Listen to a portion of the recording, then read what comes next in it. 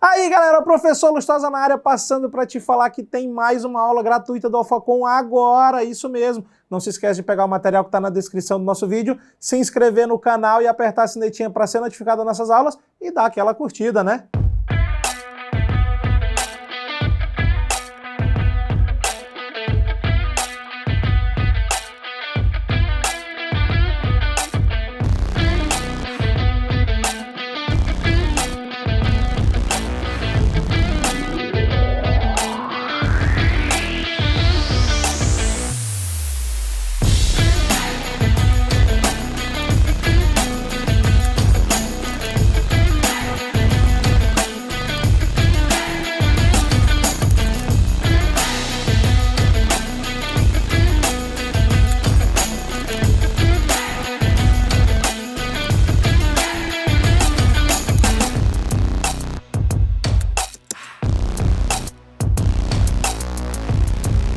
Criptografia.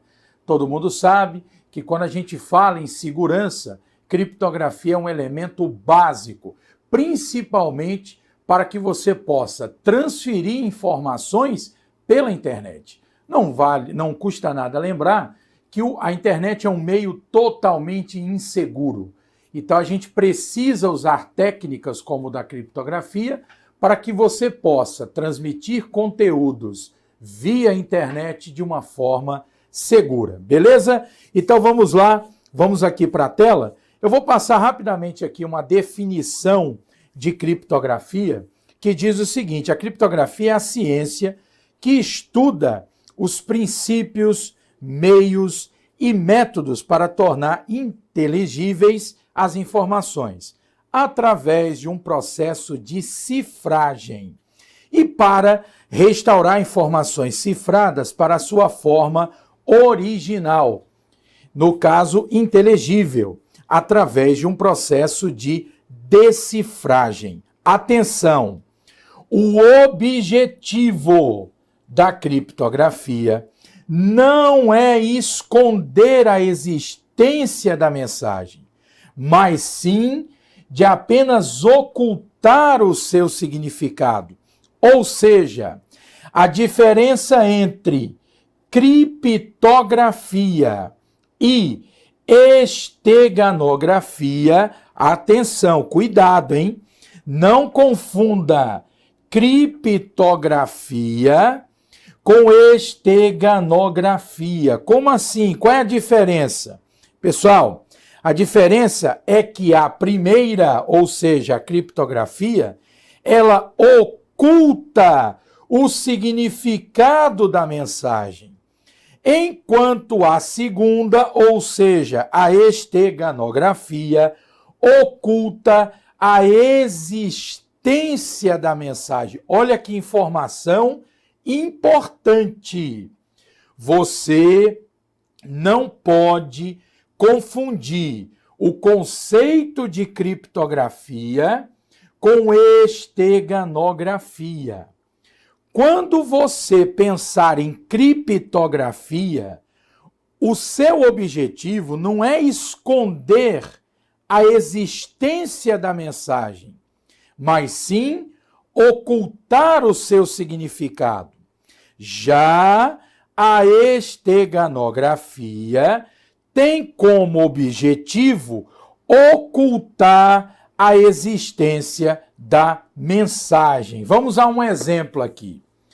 Considere que eu tenho a intenção, considere dois usuários, usuário A, usuário B. Aí o usuário A vai mandar uma mensagem para o usuário B. E aí ele manda essa mensagem criptografada.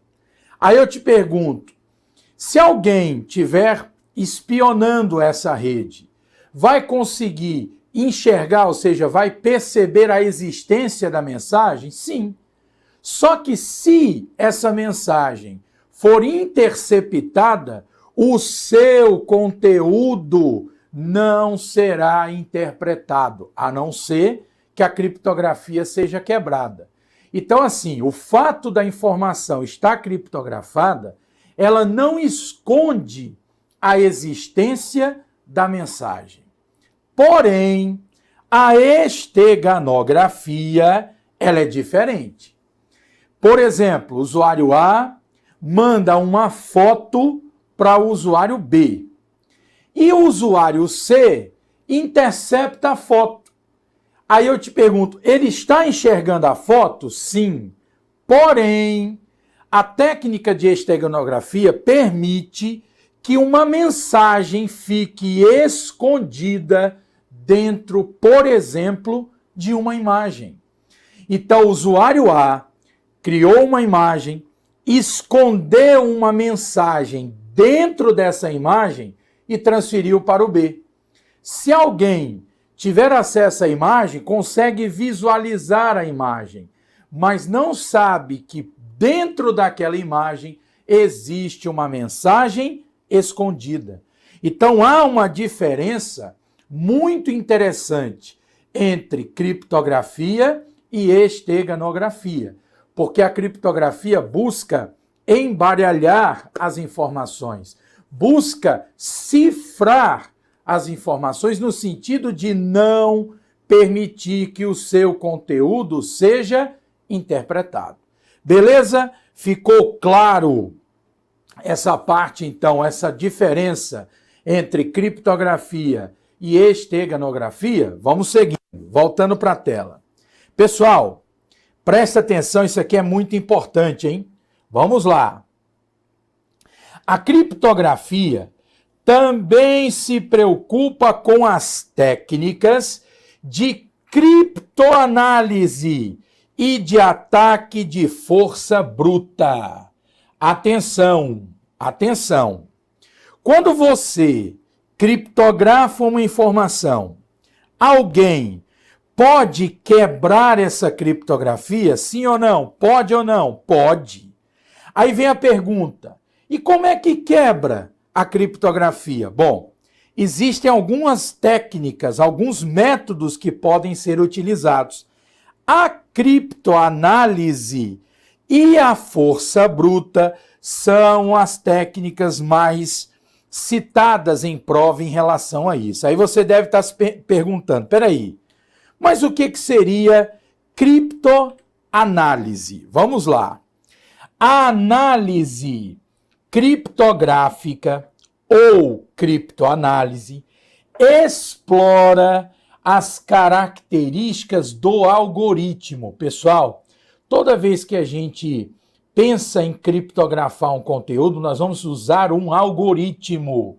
Nós vamos já começar a estudar quais são os algoritmos criptográficos que podem aparecer na sua prova. A gente começa já a estudar isso aí. Apenas entenda, toda criptografia exige um algoritmo, ok? Bom, o que seria a criptoanálise? Ela consegue explorar as características do algoritmo para, olha aqui, ó, tentar deduzir determinado texto claro ou para deduzir a chave em uso. Se o atacante tiver sucesso em deduzir a chave, o efeito é catastrófico. Todas as mensagens futuras e passadas criptografadas com essa chave estarão comprometidas. Então é possível fazer uma análise criptográfica explorando as características do algoritmo para tentar deduzir determinado texto claro ou para deduzir a chave em uso. Se esse ataque tiver sucesso, é catastrófico se a chave for descoberta, porque todas as mensagens, por exemplo, já criptografadas com essa chave, estarão comprometidas. Porém, além da criptoanálise, nós temos a força bruta. O ataque de força bruta consiste em tentar todas as chaves possíveis em um trecho de texto codificado, até se obter uma tradução inteligível para texto claro. Olha que interessante. Quando a gente pensa em força bruta, diferente da criptoanálise que tenta explorar o algoritmo para tentar deduzir a chave, a força bruta consiste em tentar todas as chaves possíveis, é tentativa e erro. E aí, anote essa informação, isso aqui é importantíssimo, está no seu material, na verdade. Presta atenção. Em média, metade de todas as chaves possíveis precisa ser testada para obter sucesso. Metade de todas as chaves possíveis, em média. Esse trecho, inclusive, está no livro do Stallings, William Stallings, que é um dos autores mais, uma das grandes referências que nós temos. Então, presta atenção, em média, metade de todas as chaves possíveis precisa ser testada. Aí você me pergunta, mas peraí, será que isso já foi cobrado em prova? Sim, está aqui. Olha que questão fantástica. Será que você, antes de estudar, será que você conseguiria resolver essa questão? Olha o que diz a questão. Para se conseguir sucesso em ataques por força bruta, olha o que o CESP fez. Em média, 1/3 de todas as chaves possíveis precisa ser experimentada. E aí, pessoal, certo ou errado? O item está errado. Não é 1/3. Aqui, o CESP está cobrando, em média, dizendo que, em média, 1/3 de todas as chaves possíveis precisa ser experimentada. Errado. Em média, metade de todas as chaves possíveis. Portanto, gabarito oficial, o item está errado. Olha como é importante a gente estudar, olha como é importante você buscar conhecimento, porque essa questão ela pode voltar a ser cobrada na sua prova. Claro, de uma forma diferente, mas é extremamente importante que você tenha essa informação. Por sinal, presta atenção, no livro do Stallings, ele ainda faz uma outra observação, presta atenção. Existe no livro do Stallings, eu até coloquei aí no material de vocês, uma tabela. O que o Stallings fez? Tempo médio necessário para a pesquisa de chave. Atenção, essas chaves elas têm tamanho. E esse tamanho é medido em bits. Então você pode ter chaves de 32 bits, 56 bits, 128, 168 bits. O que ele diz lá no seu livro? Presta atenção, isso aqui é muito importante. A segurança de qualquer esquema de criptografia depende, primeiro, do tamanho da chave. Então, guarde a informação. A segurança de qualquer sistema de criptografia depende, primeiro, do tamanho da chave. E, segundo, do trabalho computacional envolvido na violação de uma cifra. Como assim? Do trabalho computacional envolvido na violação de uma cifra. Presta atenção. Na tabela, vamos só entender o que ele fez. O Stallings diz o seguinte: a tabela mostra os resultados para cada tamanho de chave, considerando que é necessário 1 microsegundo para realizar uma única decriptografia. Uma ordem de magnitude razoável para os computadores atuais. Nós vamos começar primeiro analisando um sistema computacional capaz de, em 1 microsegundo, realizar uma decriptografia. Presta atenção. Se a gente considerar, vamos pegar esse exemplo, eu tenho uma criptografia com chave de 56 bits. Olha que informação interessante. Se o meu sistema computacional ele tiver o poder de processamento de uma decriptografia por microsegundo, sabe quantos anos ele levaria para quebrar uma criptografia com chave de 56 bits? Olha aqui, ó, 1142 anos. Olha que absurdo. Ah, então quer dizer que uma criptografia de 56 bits, se ela leva com força bruta 1142 anos para ser quebrada, então ela é segura. Só tem um problema.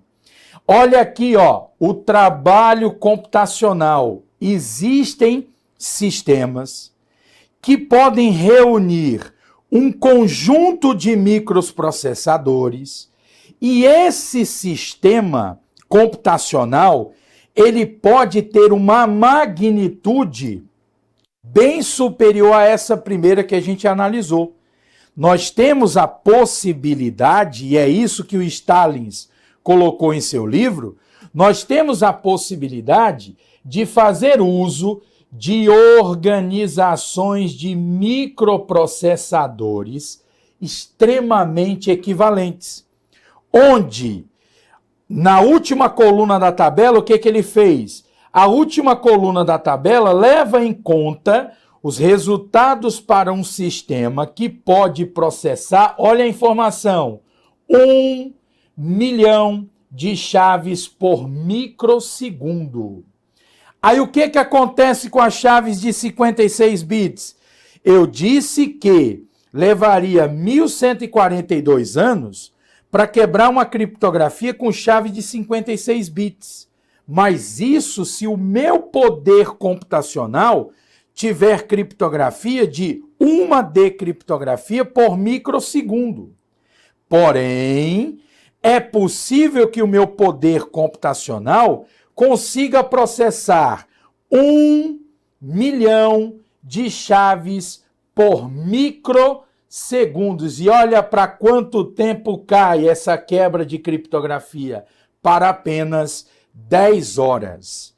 Se eu tiver um poder computacional de 1 milhão de chaves por microsegundos, se a criptografia tiver uma chave de 56 bits, seria necessário, em média, 10 horas para quebrar essa criptografia. Ou seja, como se pode ver, nesse nível de desempenho, uma chave de 56 bits não pode mais ser considerada segura em termos computacionais, porque eu levaria 10 horas para quebrar essa criptografia. Então, por isso, tenha em mente que a segurança de qualquer sistema de criptografia depende, primeiro, do tamanho da chave, segundo, do trabalho computacional envolvido na violação de uma cifra.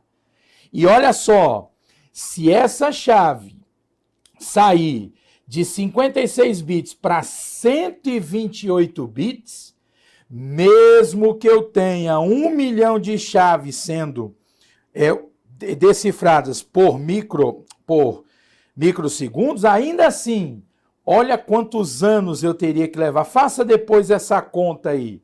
Faça essa conta depois para você ver que é um absurdo.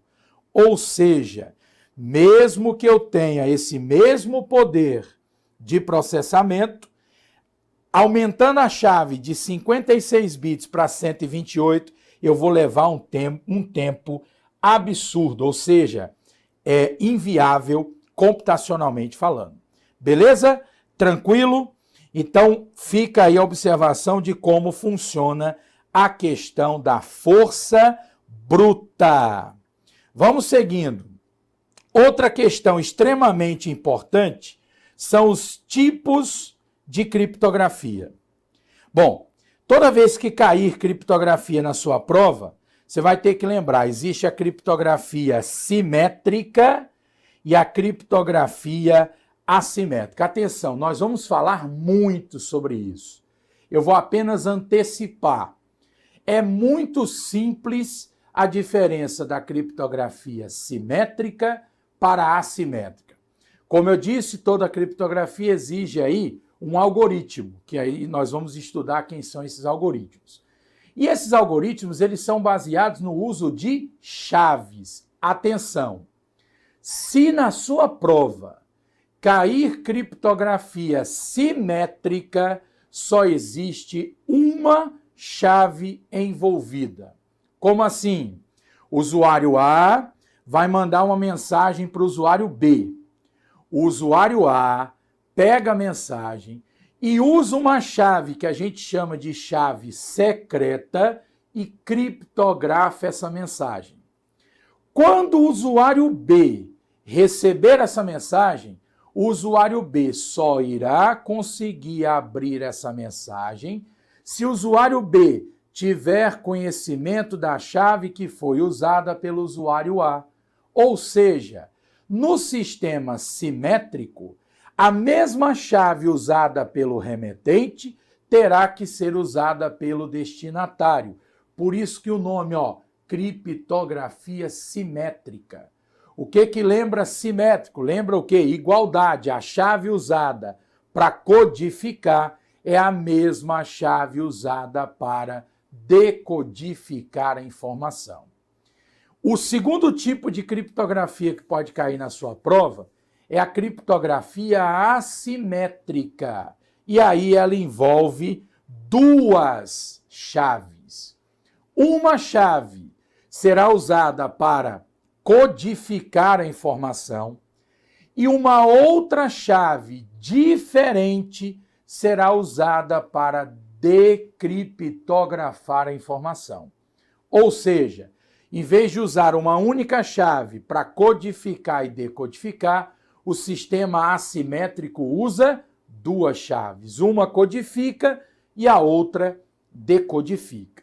Atenção, normalmente em prova, ele diz o seguinte, que a criptografia assimétrica é chamada de criptografia de chave pública.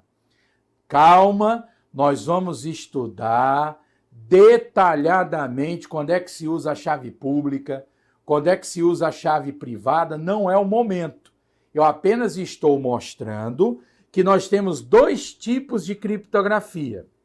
Simétrica, que é a criptografia de chave secreta, só tem uma chave, a mesma chave que codifica, decodifica a informação.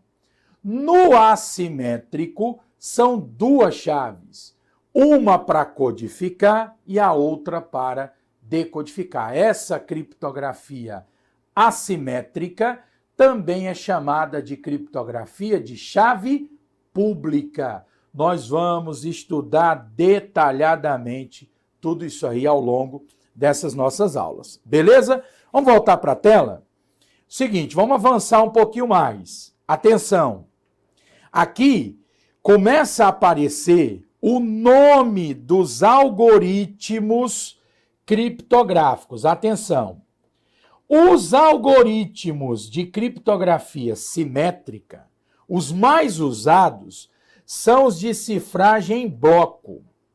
Uma cifragem em bloco processa a entrada de texto claro em blocos de tamanho fixo e produz um bloco de texto codificado do mesmo tamanho para cada bloco de texto claro. Então, ele vai pegar a informação, dividir a informação em blocos e irá cifrar esses blocos.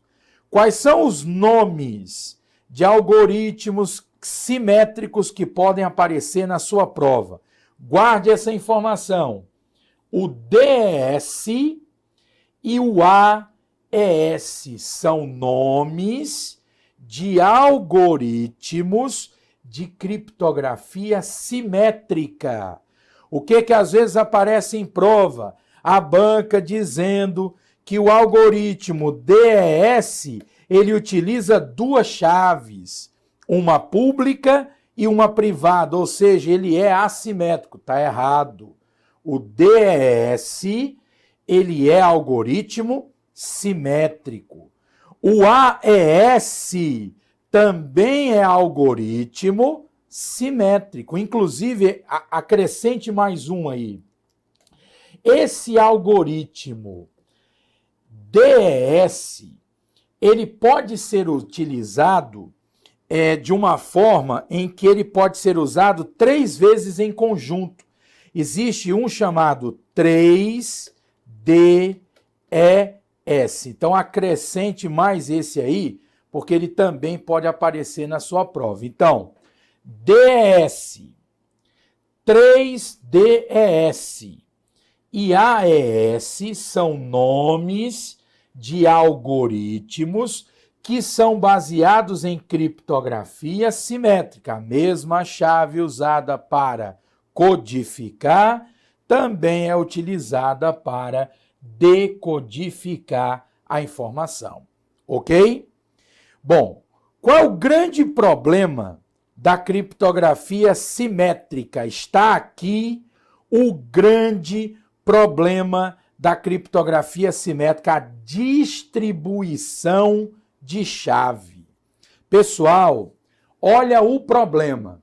O usuário A tem que mandar uma mensagem criptografada para B, sendo que o B só vai abrir se ele tiver a chave enviada pelo A. Esse é o problema. Como é que o usuário A vai informar a chave que ele usou para o usuário B? Parou para pensar? Se o usuário A não tiver um canal seguro para informar a chave para o usuário B, o problema é grande nesse sentido. Por quê? Porque se eu mandar a mensagem e a chave de criptografia for junto da mensagem, quem interceptar a mensagem descobre a chave, ou melhor, intercepta a mensagem e tem a chave. Então, o grande problema do sistema simétrico diz respeito na distribuição de chaves. Como é que o usuário A vai fornecer a chave para o usuário B? Bom, existem várias maneiras. Uma delas, imagine que o usuário A e o B, eles trabalham juntos, estão no mesmo local físico, por exemplo, estão dentro da mesma empresa. Então, o usuário A combina com o usuário B qual é a chave que ele vai usar. Beleza. E se o usuário A e o usuário B estiverem em locais completamente diferentes? E aí? Como é que o usuário A vai fornecer a chave para o usuário B? Bom, ele vai ter que buscar alguma alternativa. Então, sempre que cair em prova criptografia simétrica, um dos primeiros pontos que você tem que lembrar é que o grande problema da criptografia simétrica diz respeito à distribuição da chave. Como é que o usuário A vai fornecer a chave para o usuário B e vice-versa. Voltando para a tela. Bom, nesse sentido, olha a questão aqui de prova. Olha o que diz essa questão. O uso de criptografia simétrica com algoritmo AES. A primeira coisa que você tem que entender é o seguinte: será que o algoritmo AES é um algoritmo de criptografia simétrica? Sim ou não? Sim. Então, o uso de algoritmo de criptografia simétrica com algoritmo AES permite a troca segura de informações e chaves criptográficas em um ambiente de tráfego de dados inseguro como tal a internet. E aí, certo ou errado? Claro que o item está errado. Olha o erro. Olha aqui, é fácil inclusive achar o erro. Você tem um ambiente de tráfego de dados inseguro. Aí você está trocando informações e chaves criptográficas. Ora, se eu mandar uma chave criptográfica por um ambiente de tráfego de dados inseguro, Quem interceptar a mensagem, intercepta junto a chave. E é só lembrar que no sistema simétrico, a chave que eu uso para codificar é a mesma que eu uso para decodificar. Então, quem descobrir a chave consegue abrir a mensagem. Portanto, dizer que o uso de criptografia simétrica permite a troca segura de informações e chave criptográfica em ambiente de tráfego de dados inseguro, como é a internet, claro que o item está errado. Beleza? Olha só. Aí, para a gente fechar esse bloco, não podemos esquecer a criptografia assimétrica. Como já foi visto anteriormente, a criptografia assimétrica envolve duas chaves. Uma codifica e uma outra chave decodifica. Aí vem a pergunta: qual seria, então, o algoritmo utilizado em criptografia assimétrica? Qual é o algoritmo? Bom, o algoritmo de chave pública, lembrando que quando a gente fala chave pública, beleza? Chave pública é o mesmo que criptografia assimétrica. Então vamos lá, o algoritmo de chave pública mais conhecido é o RSA. Esse algoritmo criptográfico utiliza a fatoração de números primos grandes para proteger informações. De uma forma bastante geral, a geração das chaves é feita a partir de dois números primos que passam por uma série de cálculos até que se chegue às chaves pública e privada.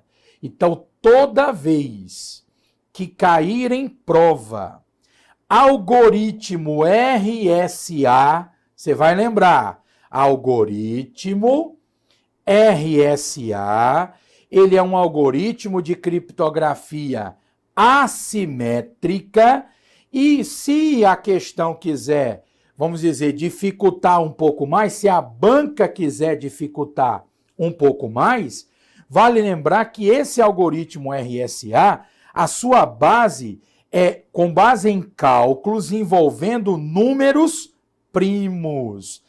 A geração das chaves pública e privada é a partir de dois números primos que passam por uma série de cálculos. Só existe algoritmo RSA sendo assimétrico? Não. Outros algoritmos, eles podem também aparecer na sua prova. Pode cair na prova o DSA e o ECC, mas o algoritmo assimétrico mais citado em prova é o RSA. Guarde essa informação. E para concluir esse bloco, nota muito importante.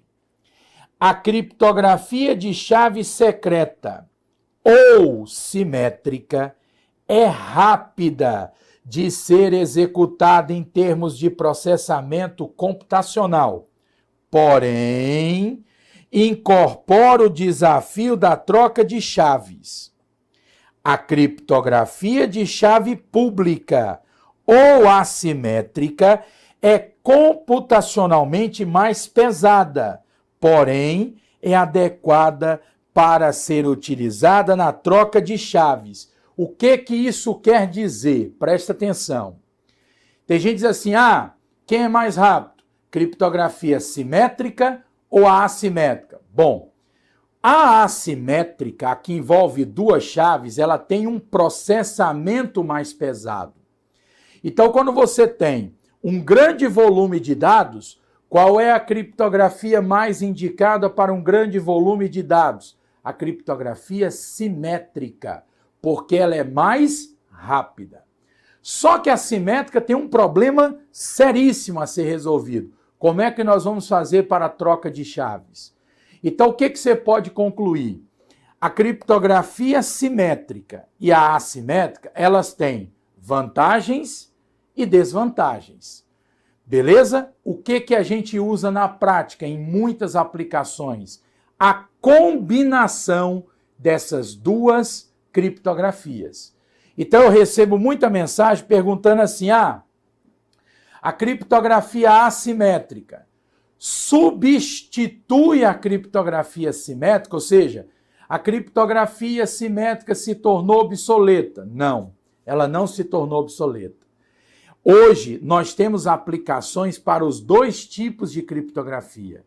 Inclusive, estudaremos em outro bloco como é que a gente faz para combinar criptografia simétrica e a assimétrica. Elas trabalham ou podem trabalhar em conjunto. O melhor dos mundos é você aproveitar o benefício da criptografia simétrica em conjunto com a criptografia assimétrica.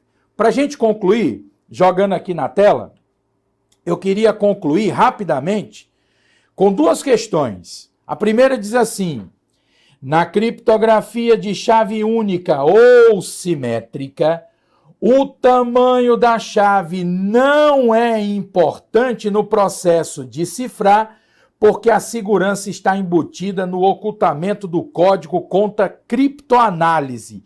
Já sabemos que esse item está errado. O tamanho da chave é, sim, muito importante na questão da segurança. Então, no caso aqui, qualquer que seja o sistema, o tamanho da chave mais o poder computacional, isso também é importante na questão da segurança criptográfica, ok? Então, o item está errado. E olha outra questão aqui, ó. A criptografia simétrica caiu em desuso a partir dos atuais esquemas de criptografia com chave pública. Não, está errado. Essa história de que a chave pública ela substitui a criptografia simétrica não é assim, porque a chave pública, o sistema de criptografia com chave pública, ele é mais pesado.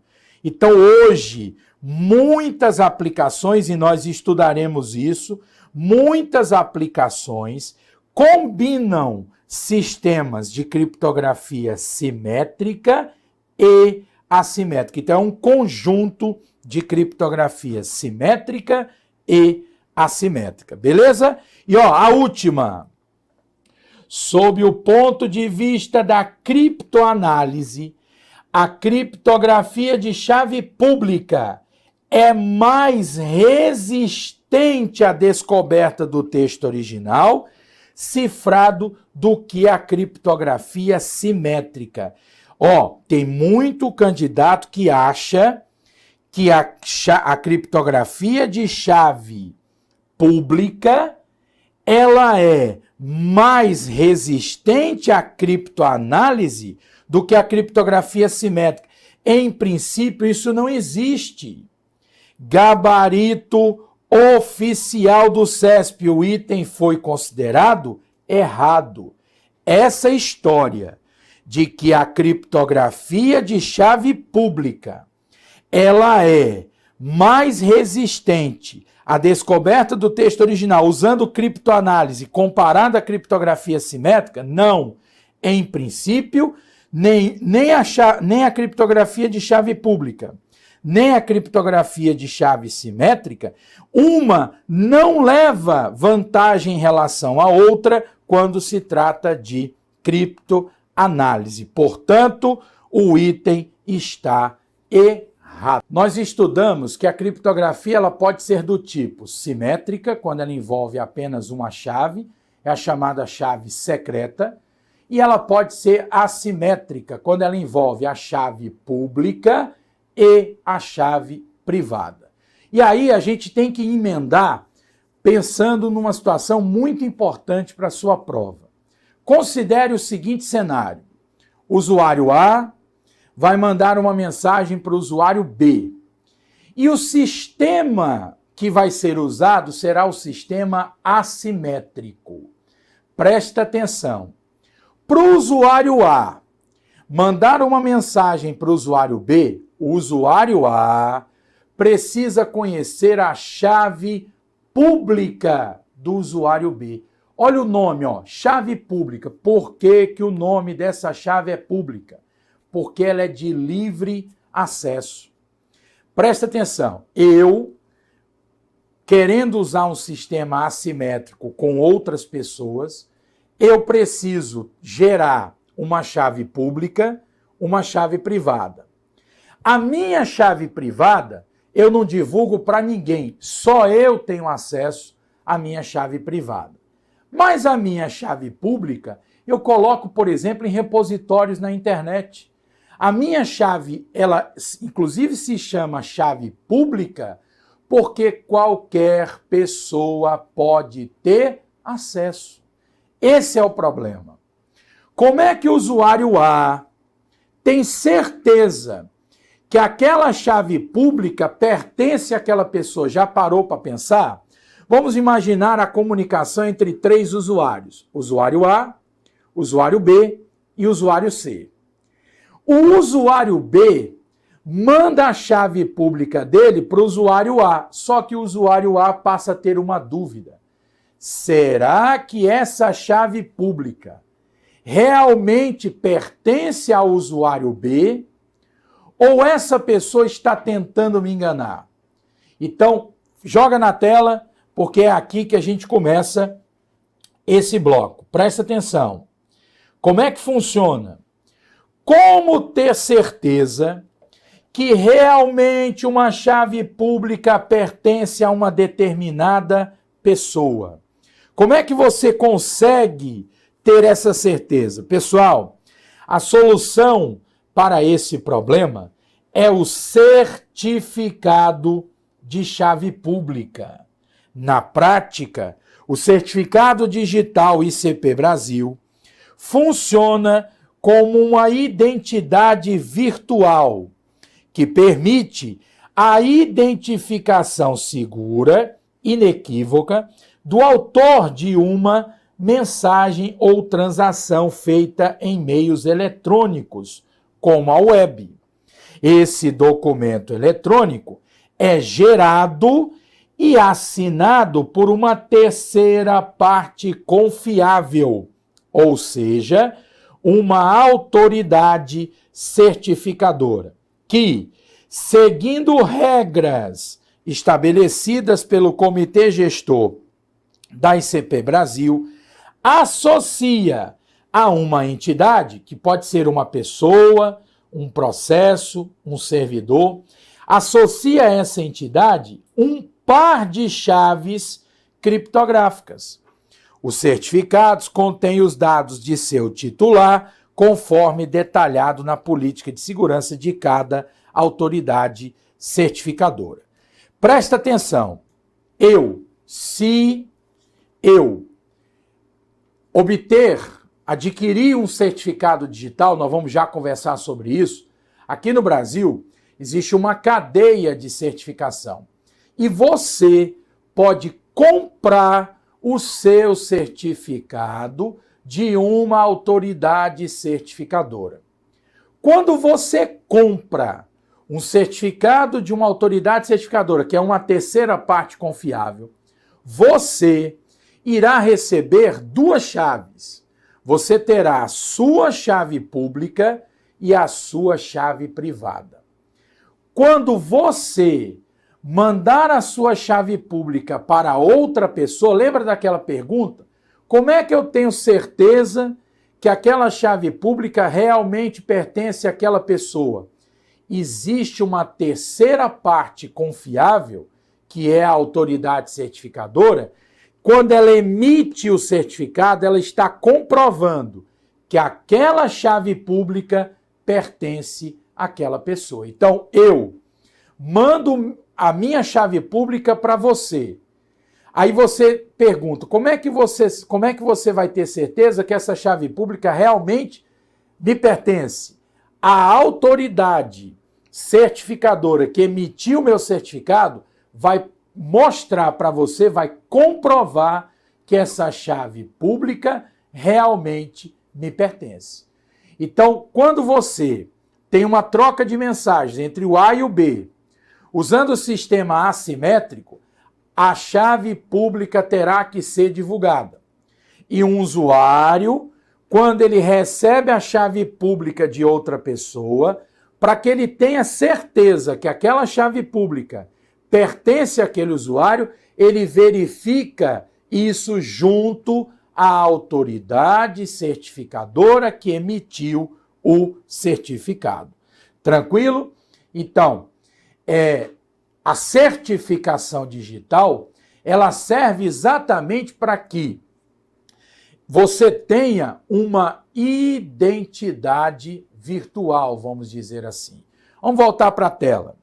O que a gente precisa entender sobre isso? Bom, de uma forma geral, os dados básicos que compõem o certificado são, por exemplo, quando eu recebo o certificado de uma pessoa, porque o certificado, ele é um arquivo, beleza? O certificado, ele é um arquivo. Aí como é que funciona? Esse arquivo, ele é composto por algumas informações. Quais são? Todo certificado digital, ele possui versão e o número de série do certificado. Outra informação, dados que identificam a autoridade certificadora que emitiu o certificado. Então, quando eu recebo o certificado de uma pessoa, eu tenho dentro daquele certificado os dados da autoridade certificadora que emitiu aquele certificado. Outra informação, dados que identificam o dono do certificado, para quem ele foi emitido. Outra informação importantíssima para a prova, dentro do certificado digital está gravada a chave pública do dono do certificado. Outra informação extremamente importante, todo certificado digital ele tem validade. Então, lá dentro do certificado consta a informação sobre a validade do certificado. E outra, a assinatura digital da autoridade certificadora, que é usada exatamente para comprovar a autenticidade do certificado. Pessoal, isso aqui é muito fácil de você usar na prática. Quando você entra numa página que o protocolo é o HTTPS, você já deve ter prestado atenção lá na barra de endereço, que toda vez que aparece o HTTPS, aparece um ícone de um cadeado fechado. Se você for lá naquele ícone do cadeado, você pode pedir para ver o certificado daquele servidor. E quando você tiver acesso ao certificado, lá você sabe para quem o certificado foi emitido, quem emitiu, a validade do certificado e lá dentro consta a chave pública do dono do certificado, no caso ali o servidor. Agora, nunca lá dentro estará contida a chave privada, aí não. Quando eu mando meu certificado para alguém, eu nunca estarei fornecendo a minha chave privada. Quando eu mando o certificado para alguém, eu estou mandando a minha chave pública. A minha chave privada, não. Beleza? Então, o que está contido dentro do meu certificado? Os meus dados, os dados da autoridade certificadora, a validade do certificado, a versão e o número de série do certificado.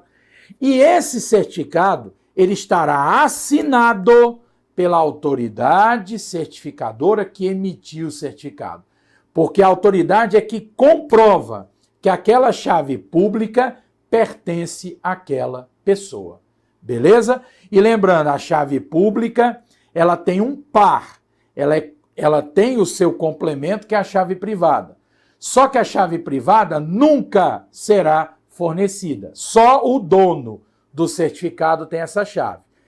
O dono do certificado divulga para todo mundo a sua chave pública, mas nunca a sua chave privada. E nós vamos chegar num ponto da matéria onde eu vou explicar detalhadamente quando é que eu uso a chave pública, quando é que eu uso a chave privada. Segura aí que nós ainda vamos chegar nessa parte. Vamos complementar aqui essa informação, porque é o seguinte, o certificado digital ICP Brasil é um documento eletrônico que pode ser emitido para cidadãos, pessoas físicas e pessoas jurídicas. E o uso do certificado garante validade jurídica, autenticidade, confidencialidade, integridade e não repúdio às operações realizadas por meio dele em ambiente virtual. Nós vamos estudar cada item desse, cada princípio desse, o que é integridade, o que é não repúdio, nós vamos estudar isso detalhadamente. Estou apenas antecipando que a ideia do uso da certificação é garantir valor jurídico, beleza? Vamos seguindo.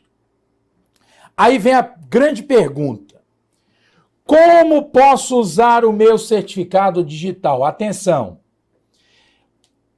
Você pode usar o seu certificado de várias formas.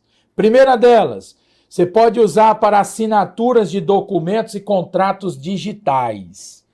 Os documentos assinados digitalmente, com certificado digital, têm a mesma validade que os documentos assinados em papel. Além de proporcionar economia de insumos, já que não há necessidade de realizar impressões, os documentos assinados digitalmente agilizam processos, né? Então, primeira coisa que você pode fazer com o seu certificado digital, você pode assinar digitalmente documentos. Nós ainda vamos estudar assinatura digital. Outra informação importante: com o uso de certificado, você pode se autenticar em sistemas. Como assim? Existem vários sistemas com informações confidenciais, especialmente de governo, que só podem ser acessados presencialmente, através da confirmação de identidade. Como o certificado digital garante autenticidade, ele proporciona o acesso a esses sistemas de informações através da internet, não havendo necessidade de comparecimento presencial. Olha que informação importante. Pessoal, antigamente, eu preciso de uma informação sobre o meu imposto de renda. Eu preciso ter informações da minha declaração de imposto de renda. Antigamente você tinha que pegar uma fila, ir até a Receita, pegar uma fila, ficar lá, sabe lá quanto tempo para ser atendido. Hoje, você consegue obter essas informações via internet. Agora, é claro, é necessário ter comprovação de identidade. Então, hoje a Receita ela exige, dependendo da informação, por exemplo, para a pessoa jurídica, é necessário que essa pessoa jurídica tenha certificação, porque via internet é possível obter acesso às mesmas informações que eu poderia fazer de forma presencial. Agora, é muito melhor fazer via internet do que ter que ir na Receita, sabe lá quanto tempo você irá esperar para ser atendido. Beleza? Outra informação importante. Você pode, com o uso de certificado, ter a atualização de informações e sistemas. Além de garantir acesso seguro a sistemas, o certificado também permite a alteração rápida de informações, evitando longos processos burocráticos. E outra, aí vem a questão das categorias profissionais. Diversas categorias, médicos, advogados, contadores, militares, entre outros, já utilizam o certificado digital em suas rotinas, Com o certificado digital, as classes profissionais têm a possibilidade de trabalhar com sistemas virtuais unificados e seguros, proporcionando integração, desburocratização de processos relativos ao setor. Beleza? Aí vem uma outra pergunta. Eu disse que o certificado digital, ele é um arquivo, ele é um documento eletrônico, beleza? Aí vem a pergunta: onde eu posso armazenar o meu certificado digital? Onde? Atenção!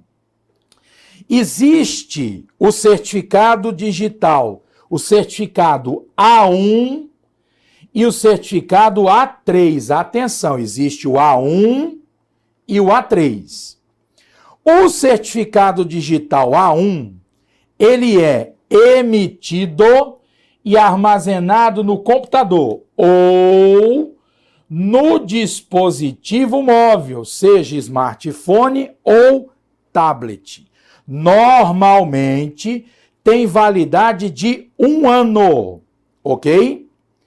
E o A3? Bom, o A3 é emitido e armazenado em uma mídia criptográfica. Aí pode ser um cartão, que é o smartphone, beleza? O smartphone pode ser o smart card, não é smartphone não. Esse cartão aqui é o smart card, é um cartão com um chip. Pode ser um token que parece um pendrive e, se você preferir, você pode armazenar esse certificado na nuvem. Algumas autoridades certificadoras já estão permitindo armazenar na nuvem. Tem validade de 1 a 5 anos. Então, observe que a validade é maior. Então, vamos lá. Para resumir isso aqui. Na hora que você for comprar o seu certificado digital, você pode comprar um certificado A1 ou A3.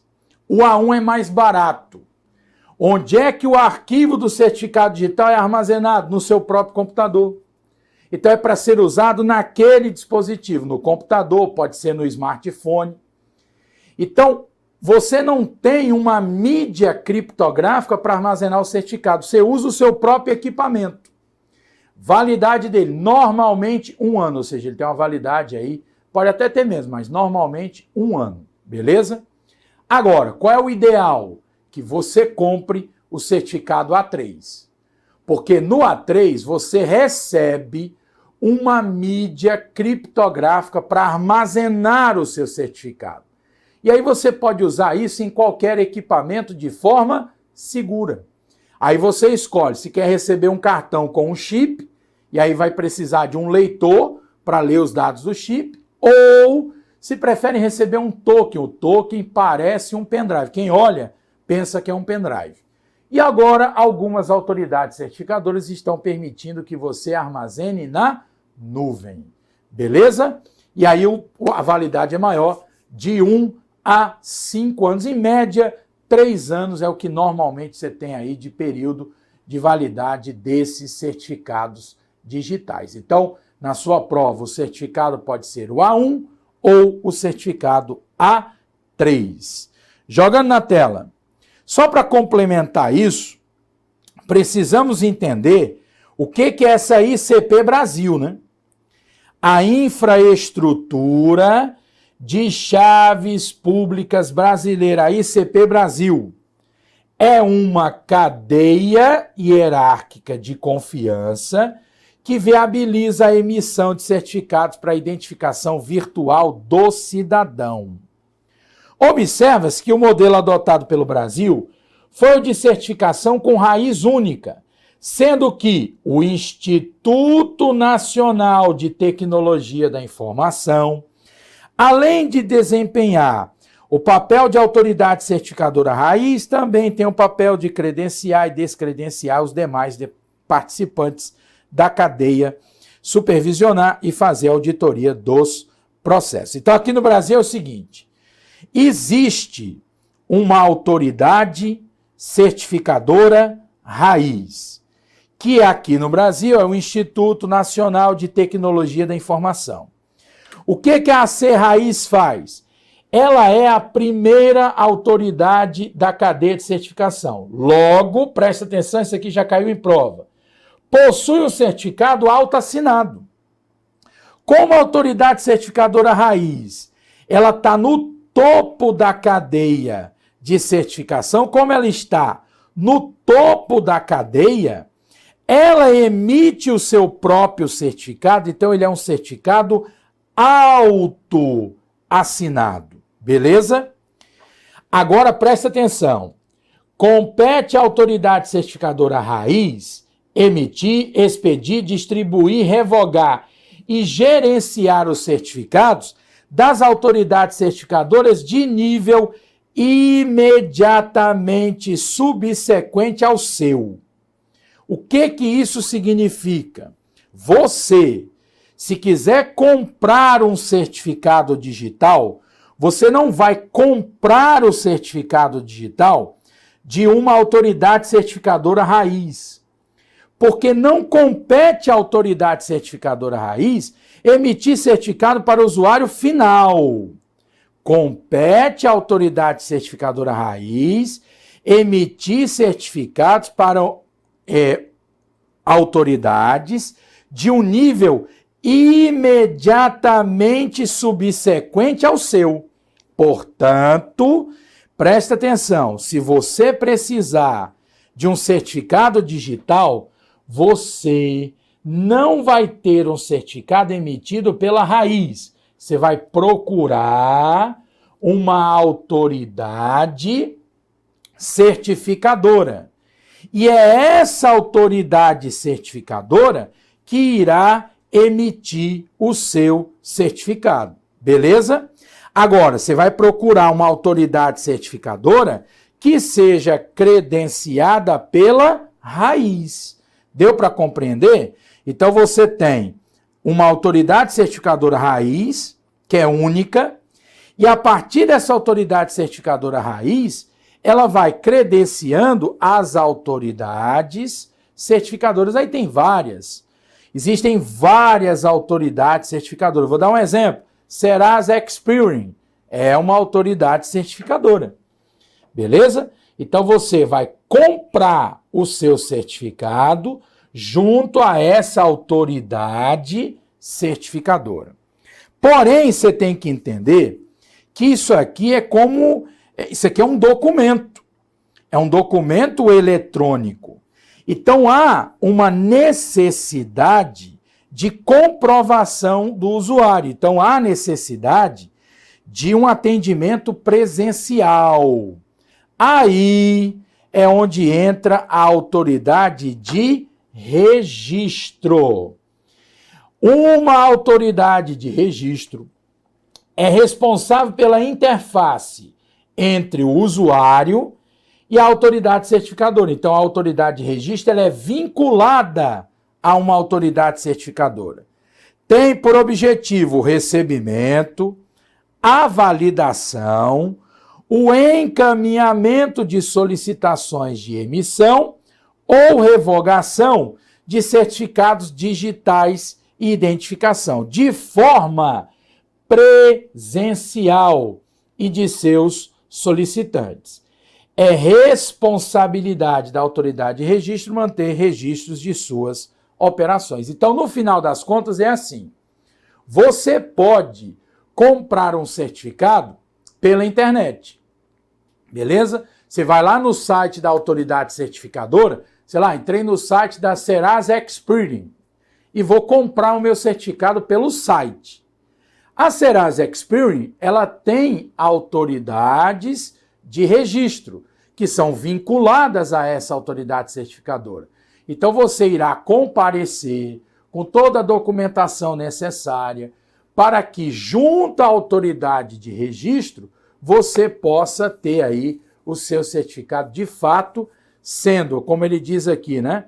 Tem o objetivo de recebimento, validação e o encaminhamento de solicitações de emissão aí de certificado. Então, você não tem certificado digital emitido pela raiz, você vai ter que procurar uma autoridade certificadora, mas uma autoridade certificadora credenciada pela raiz. E o seu atendimento, na verdade, presencial, é feito pela autoridade de registro. Tranquilo? Vamos avançar. Pessoal, olha o que diz aqui essa questão, ó. A autoridade certificadora raiz é responsável por emitir e administrar os certificados digitais dos usuários. Ou seja, ela possui todas as chaves privadas dos usuários dos certificados que ela emite. Está tudo errado, tudo. Por que que eu posso garantir que está tudo errado? Porque, nesse caso, a autoridade certificadora raiz, ele diz, é responsável por emitir e administrar os certificados digitais dos usuários. Pessoal, a autoridade certificadora raiz, ela não emite certificado para o usuário final. O que que a autoridade certificadora raiz faz? Ela emite certificados para autoridades de um nível subsequente ao seu. Beleza? Então, nesse caso aqui, o item está errado. Outra informação importantíssima. Ela possui todas as chaves privadas. Só quem tem a chave privada é o dono do certificado. É o titular do certificado. O que a autoridade certificadora possui é as chaves públicas.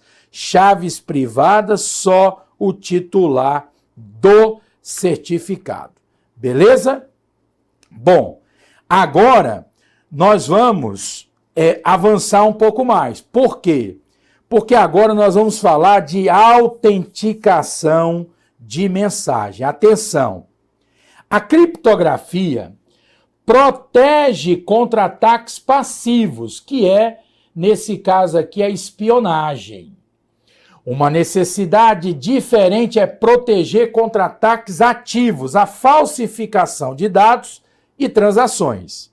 A proteção contra esses ataques é conhecida como autenticação de mensagem. Então, presta muita atenção que essa parte aqui ela é importantíssima. Como é que eu consigo garantir a autenticação de mensagem? Bom, olha o que ele diz aqui. Uma mensagem, um arquivo, um documento ou outro conjunto de dados é tido como autêntico quando é genuíno e veio de sua suposta origem. A autenticação de mensagem é um procedimento que permite que as partes em comunicação verifiquem se as mensagens recebidas são autênticas. Os dois aspectos importantes são verificar se o conteúdo da mensagem não foi alterado e se a origem é autêntica. Então, olha só, quando a gente falar em autenticação de mensagem, a gente precisa ter certeza que a mensagem ela é autêntica. Olha como isso aqui é importante. É muito comum muitos candidatos ficarem dizendo o seguinte, que só existe autenticidade em criptografia assimétrica. Cuidado, não é assim. Olha que informação importante, autenticação mediante criptografia simétrica. É possível realizar a autenticação simplesmente pelo uso de criptografia simétrica. É possível. Se considerarmos que apenas o emissor e o receptor compartilham uma chave, que é como deveria ser. Então, apenas o emissor genuíno seria capaz de criptografar com sucesso uma mensagem para outro participante. Além disso, se a mensagem incluir um código de detecção de erro e um número sequencial, o receptor tem a garantia de que nenhuma alteração foi feita e que a sequência está correta. Só uma observação. Quando a gente diz tem a garantia de que nenhuma alteração foi feita, isso é o quê? Integridade. Aí vem a pergunta, então quer dizer que é possível obter integridade com criptografia simétrica? Isso é possível? É. É possível ter autenticidade em uma criptografia simétrica? Também é possível. Como assim, pessoal? Presta atenção que isso aqui é meio confuso, hein? Então eu preciso que você tenha muita paciência para entender isso aqui. O que eu preciso que você compreenda? Vamos considerar a comunicação entre o usuário A e o usuário B. Não envolve mais ninguém, só o usuário A e o usuário B. O usuário A garante para o usuário B que ele não vai fornecer a chave secreta para mais ninguém.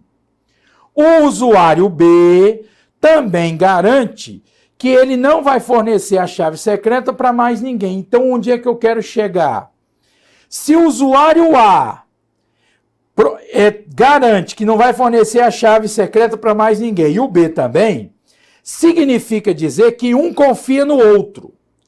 E as únicas pessoas que conhecem a chave secreta é o A e o B. Então, você concorda que se o usuário A manda um conteúdo para o usuário B, usando a chave secreta que só é conhecida por A e por B, você concorda que quando o usuário B receber, ele tem certeza que foi o usuário A que enviou?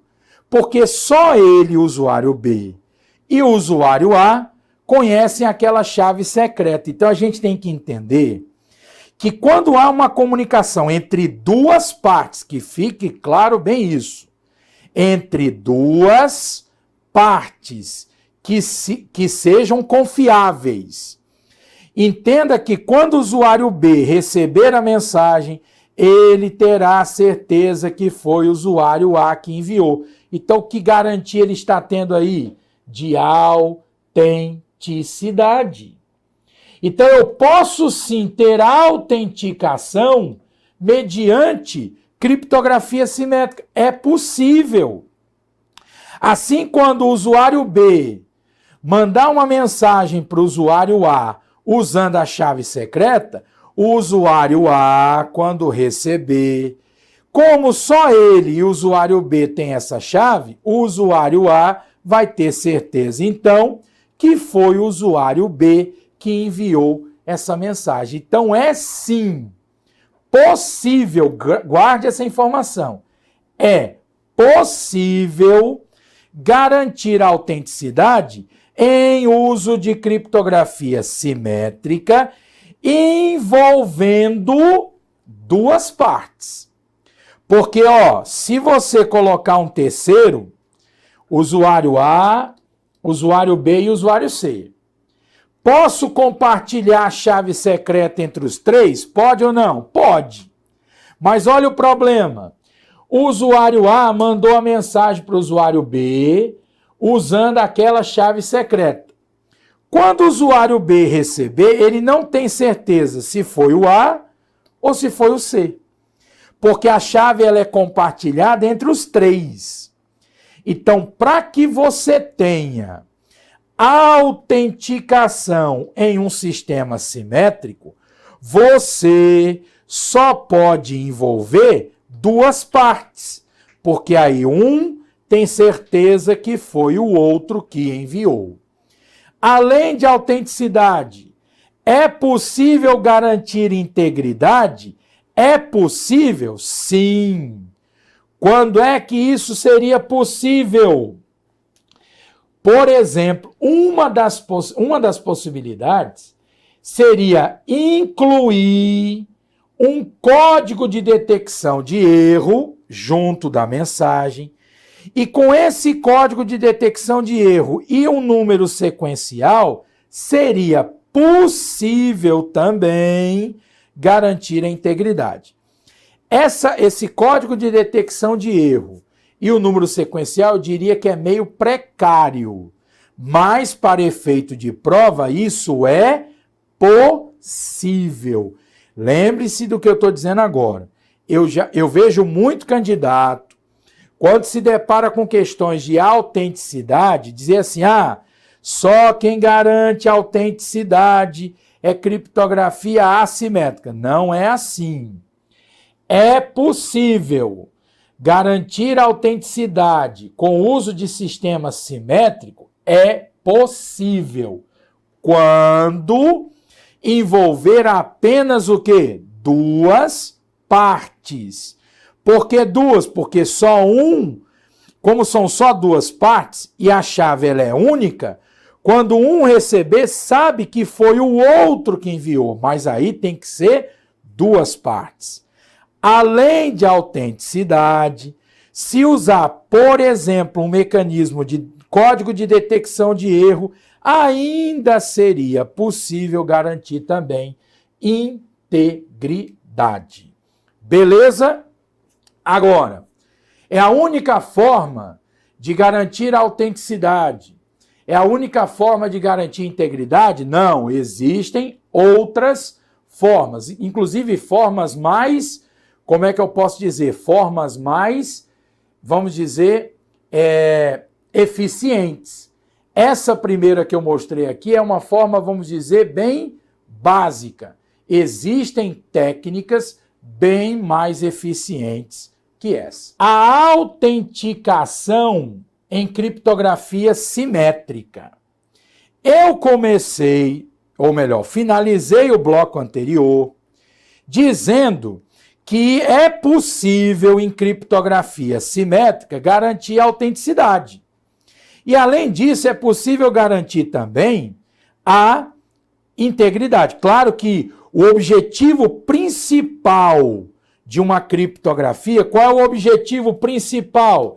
É garantir a confidencialidade.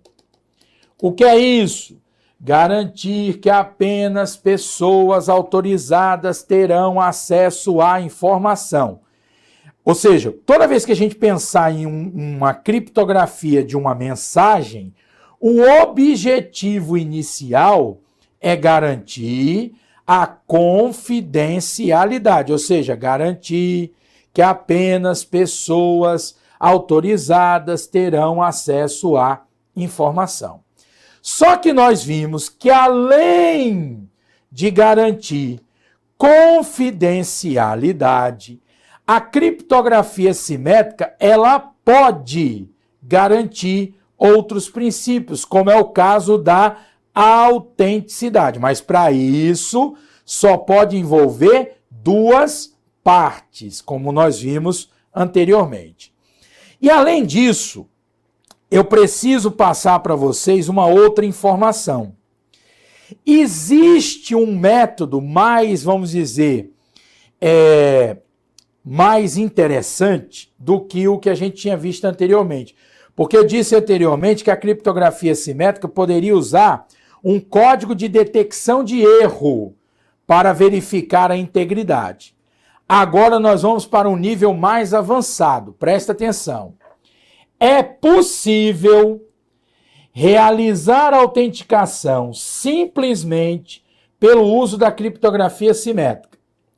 Se considerarmos que apenas o emissor e o receptor compartilham uma chave, como é o que deveria ser, então apenas o emissor seria capaz de criptografar com sucesso uma mensagem. O texto aqui ficou repetido, então peraí.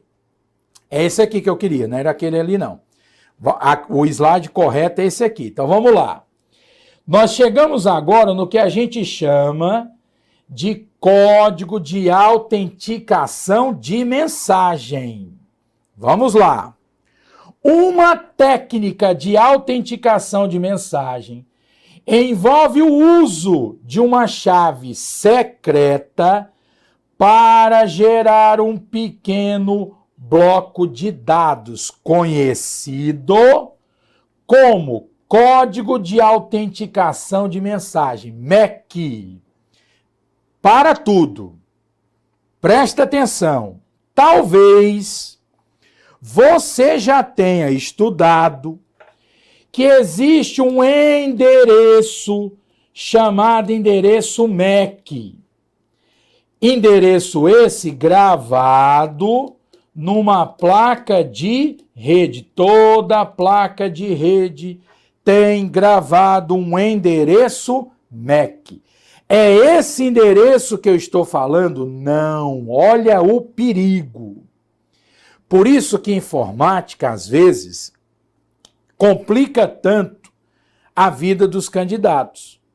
Porque, às vezes, falta a base. Às vezes você lê uma coisa e, às vezes, você já imagina outra coisa completamente diferente. Eu acabei de falar aqui MEC. Talvez, na hora que eu falei MEC, talvez você já tenha lembrado de cara desse endereço chamado endereço físico, que é gravado lá na placa de rede do computador. Mas não é esse endereço que eu estou falando. Vamos primeiramente entender isso. Não confunda endereço MEC com código de autenticação de mensagem. Que aí no inglês, como é código de autenticação de mensagem, a sigla é MEC também. Não tem nada a ver com o endereço MEC da placa de rede. Esquece isso aqui é outra coisa. Isso aqui, quando você estiver estudando a parte de redes, redes locais, cada computador tem sua placa de rede e a sua placa de rede tem um endereço físico. Então eu tinha que fazer essa observação para deixar as coisas muito claras. Agora eu vou falar de endereço MEC, mas esse endereço MEC que eu vou falar aqui vem de... Endereço não, desculpa. Eu que falei endereço agora, né? Eu vou falar de MEC, mas não é de endereço. Eu vou falar de um código de autenticação de mensagem. Qual vai ser o objetivo desse código de autenticação de mensagem? Vou logo puxar uma setinha aqui. Sabe qual vai ser o objetivo? Garantir a integridade. O que é garantir a integridade? É garantir que a mensagem não foi alterada. Considere que eu tenha que mandar uma mensagem para uma outra pessoa. E aí, o A está enviando a mensagem para o B. Quando o B receber a mensagem, ele vai ficar se perguntando, será que a mensagem, no caminho que ela percorreu, será que ela foi alterada? Essa é a ideia. Então, existe um código de autenticação de mensagem chamado MEC, e esse código, ele é capaz de permitir que você venha a garantir a integridade. E sabe quando é que ele pode ser usado? Ele pode ser usado junto da criptografia simétrica. Então, o que nós estamos construindo aqui, e eu queria até que você voltasse aqui, é o seguinte. Vou bater num ponto que eu já tinha citado anteriormente. Principalmente se você já estudou essa matéria outras vezes. Talvez você tenha aquela ideia de que só em sistemas assimétricos é que é possível garantir a autenticidade, que é a garantia de autoria, que só sistemas assimétricos conseguem garantir integridade. Não, não é assim que funciona.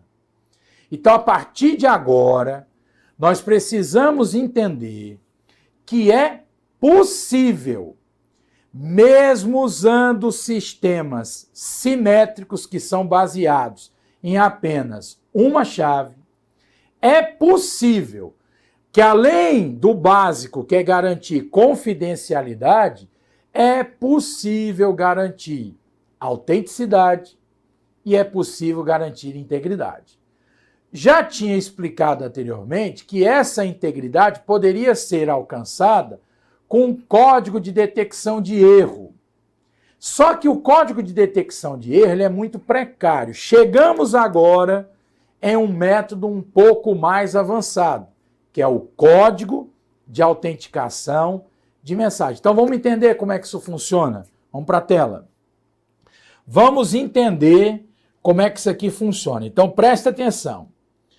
Uma técnica de autenticação de mensagem envolve o uso de uma chave secreta. Pessoal, se envolve o uso de uma chave secreta, você tem que lembrar que criptografia é essa? Simétrica, beleza?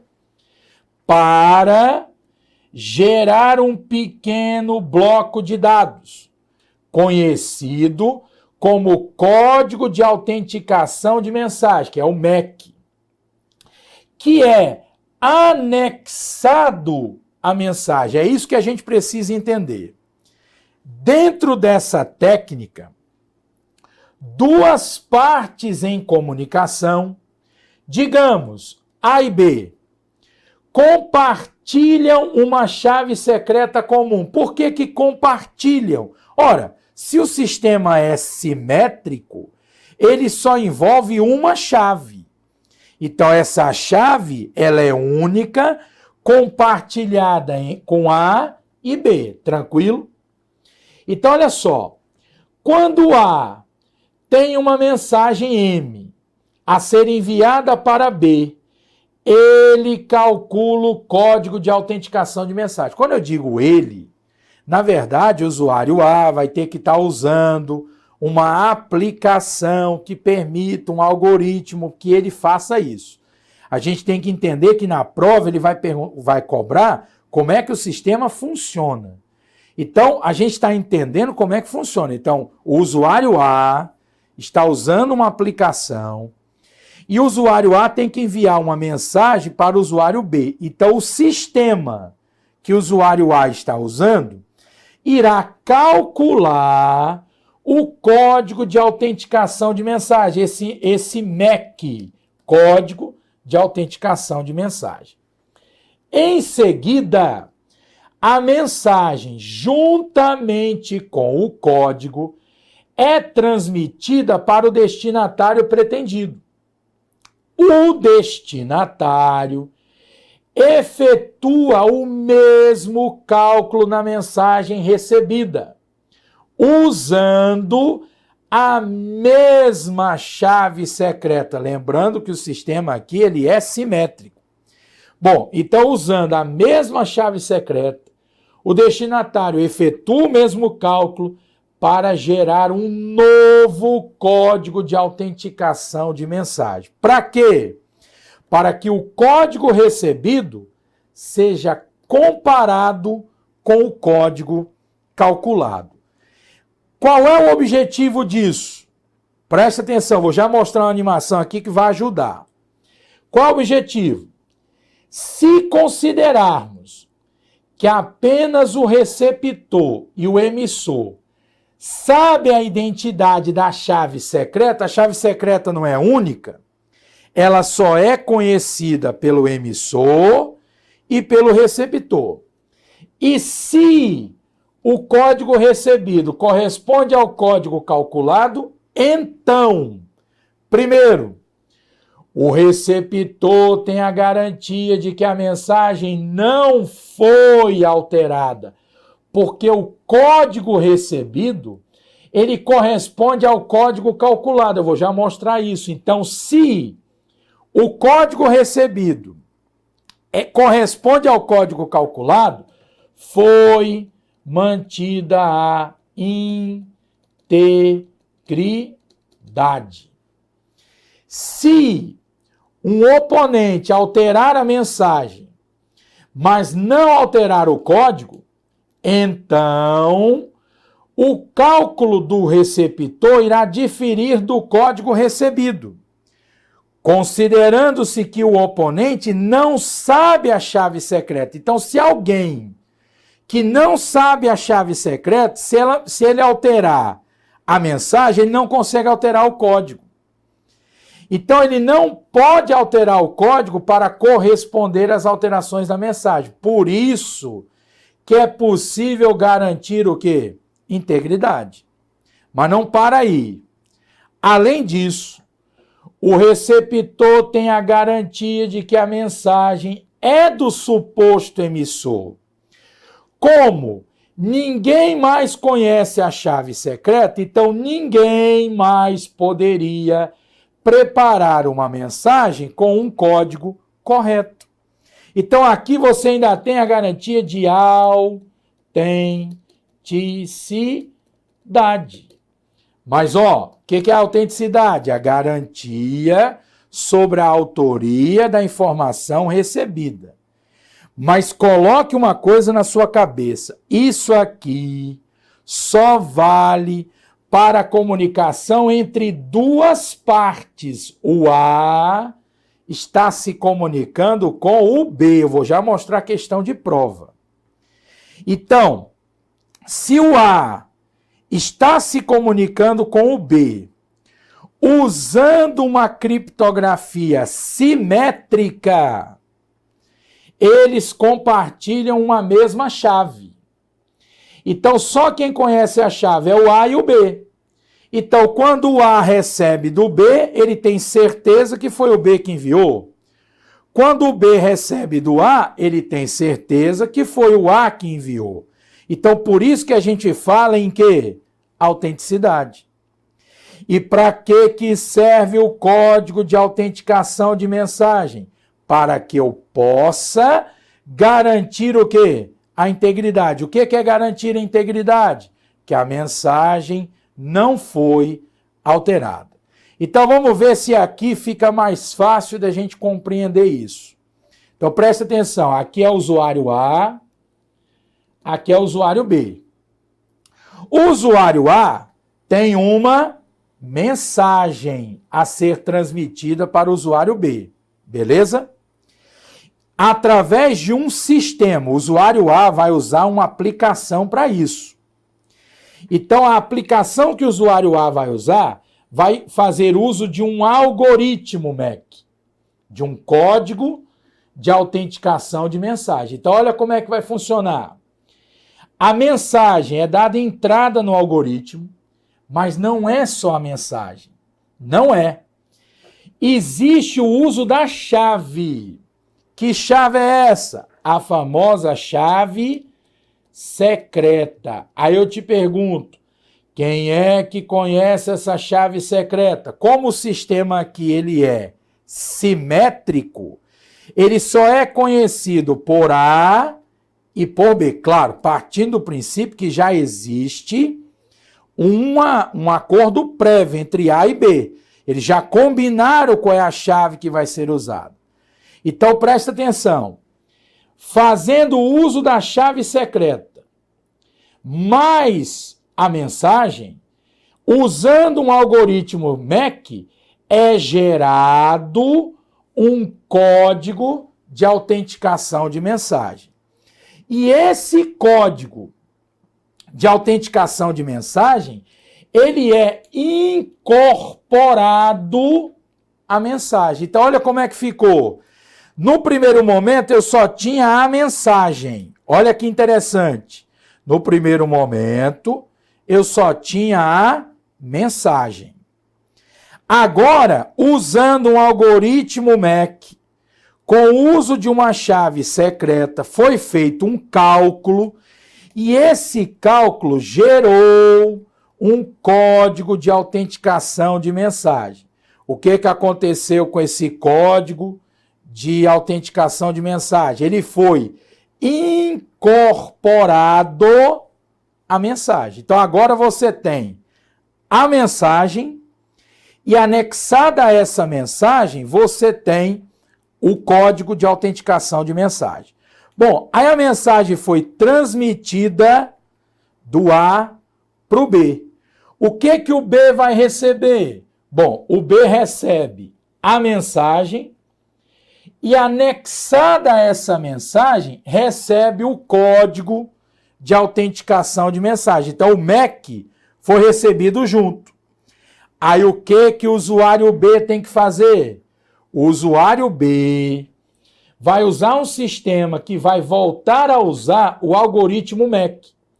Vai pegar a chave secreta, que só é conhecida pelo usuário A e pelo usuário B, e com essa chave secreta, ele vai, de novo, usando o algoritmo, com a mensagem que ele recebeu, ele vai gerar um novo código MEC.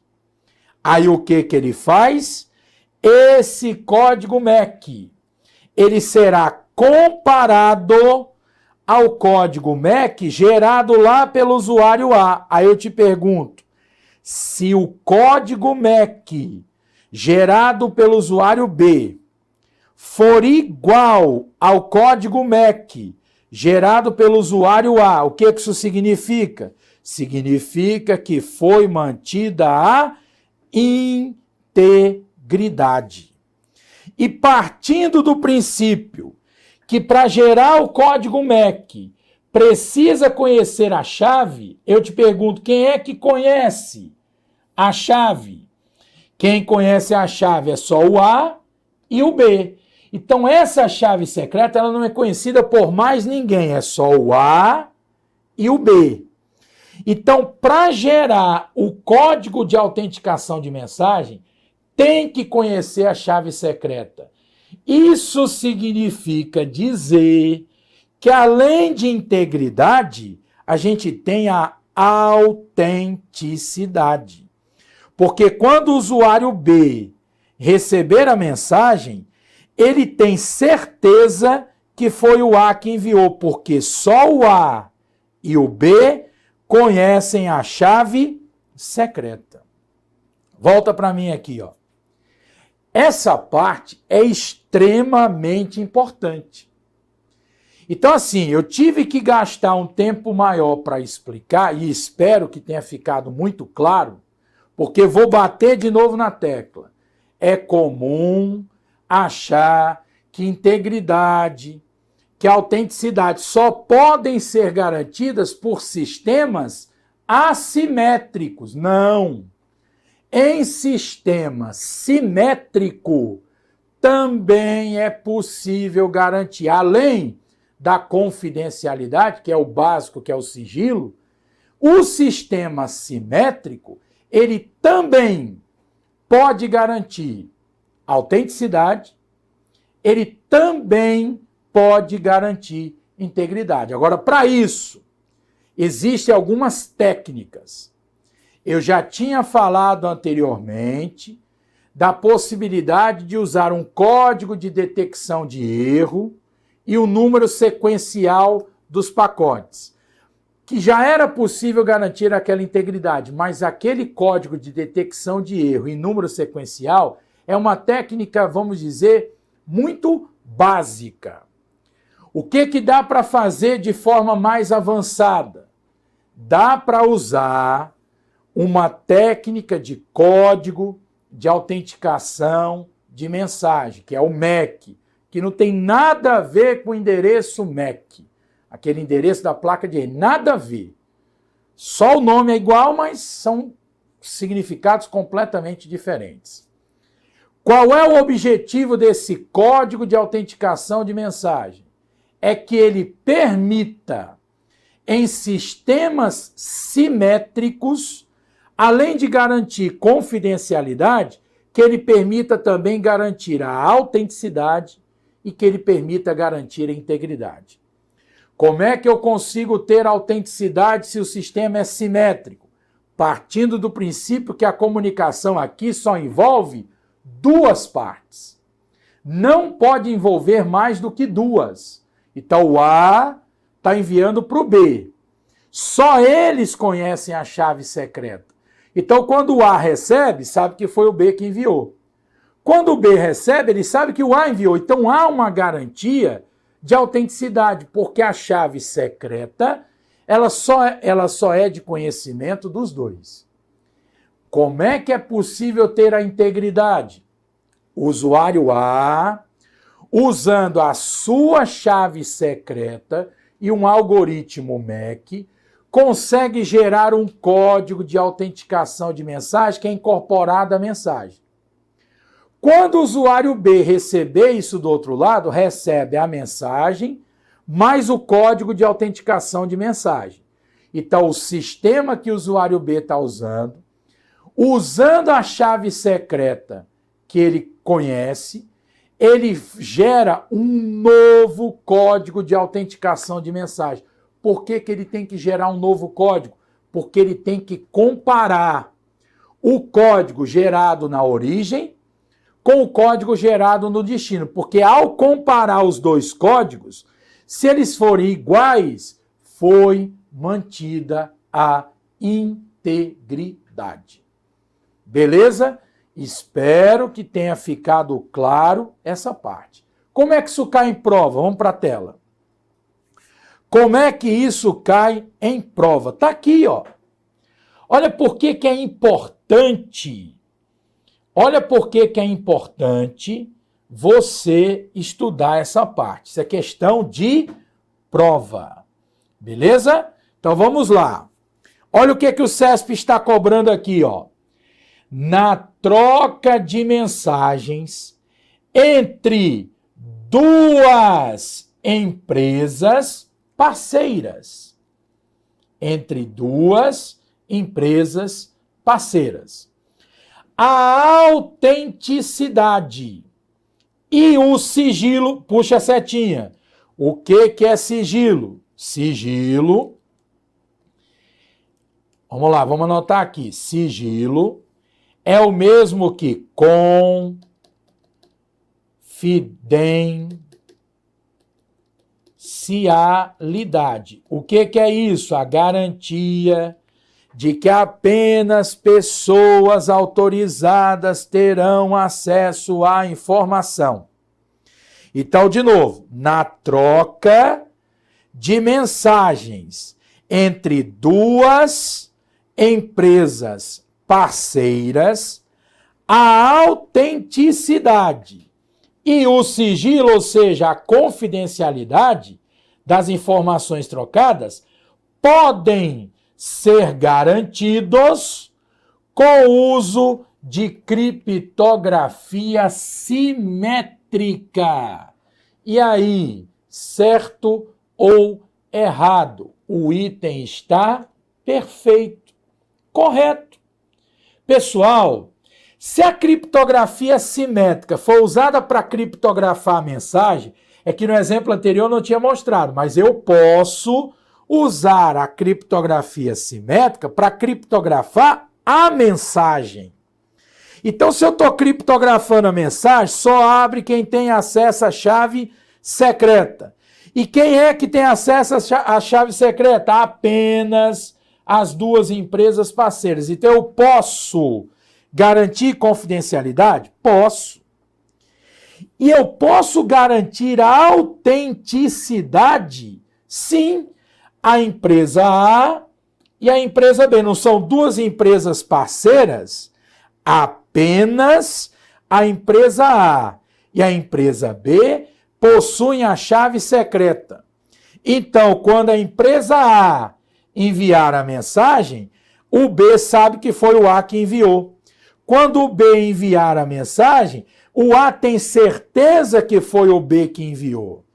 Então, é possível, na troca de mensagens, entre duas empresas parceiras, garantir a autenticidade e o sigilo das mensagens trocadas, é possível ou podem ser garantidos? Sim ou não? Sim, podem ser garantidos.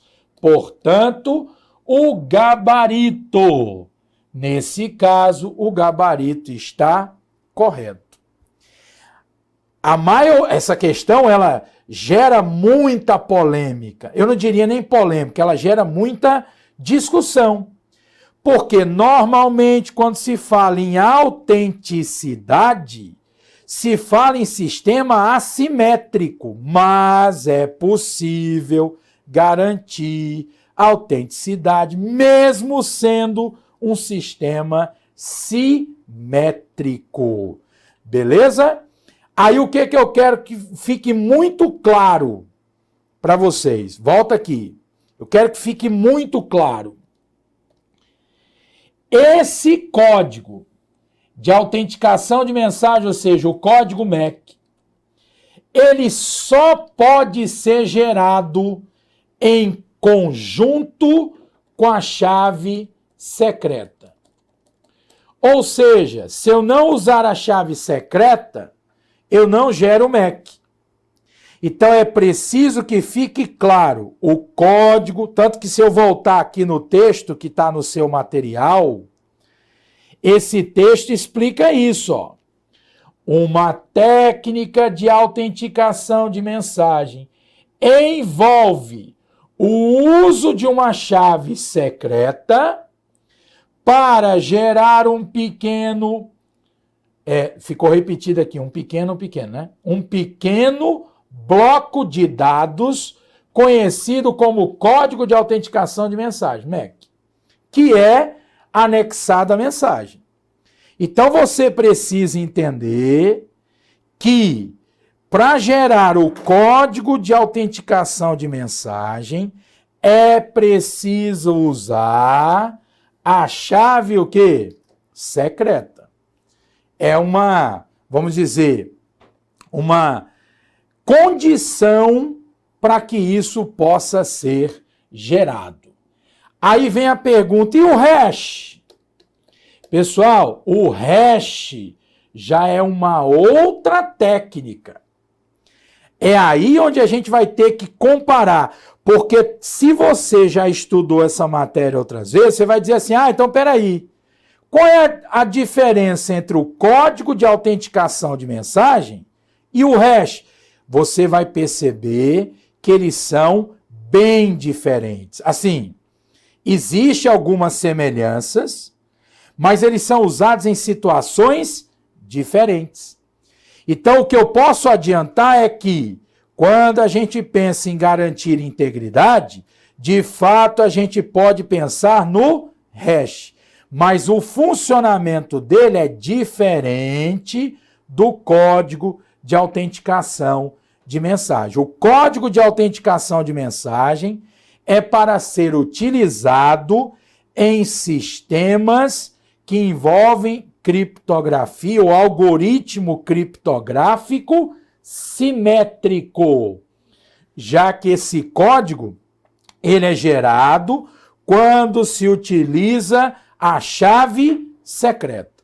Beleza? Aí, ó, gostou da aula? Então não se esquece de dar aquela curtida, fazer um comentário para a gente saber o que você achou, se inscrever no canal para assistir a aula com quem mais aprova no Brasil. Isso mesmo. E o material tá aí na descrição do vídeo também, então pega esse material e vai estudar. Tamo junto!